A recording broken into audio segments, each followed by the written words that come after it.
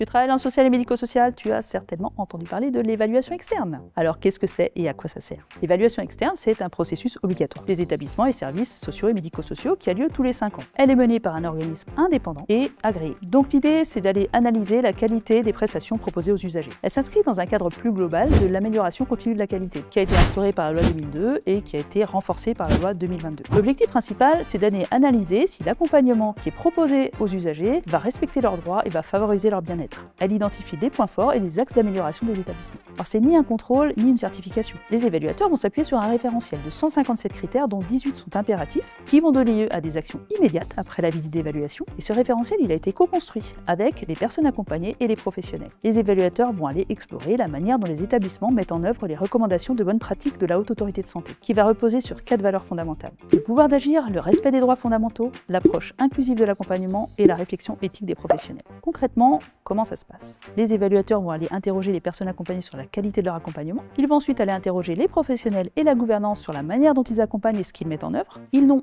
normalement pas de liste toute faite des éléments de preuve à cocher. Ils vont plutôt aller questionner de manière ouverte sur comment vous faites et quels sont les éléments factuels que vous pouvez me présenter pour en attester. Par exemple, comment vous soutenez et vous accompagnez une personne dans le suivi de son parcours professionnel ou scolaire. Comment vous pouvez assurer à une personne que les choix qu'elle fait pour son cadre de vie et son accompagnement vont être pris en compte. Comment vous allez respecter la vie privée et l'intimité des personnes. Alors oui, ça peut paraître lourd, ça peut faire peur, surtout quand on a l'impression de devoir rentrer dans les cases. Tout dépend de comment on remplit les cases. Mais tu peux aussi le voir comme l'intention première de sa création, comme un outil qui va te permettre d'être encore plus près des besoins et des droits des personnes accompagnées. Étymologiquement, évaluer, ça veut dire mettre en valeur. Donc c'est mettre en valeur tes pratiques professionnelles et dégager quelques pistes d'amélioration. Et toi, comment tu intègres ça dans ta pratique professionnelle ?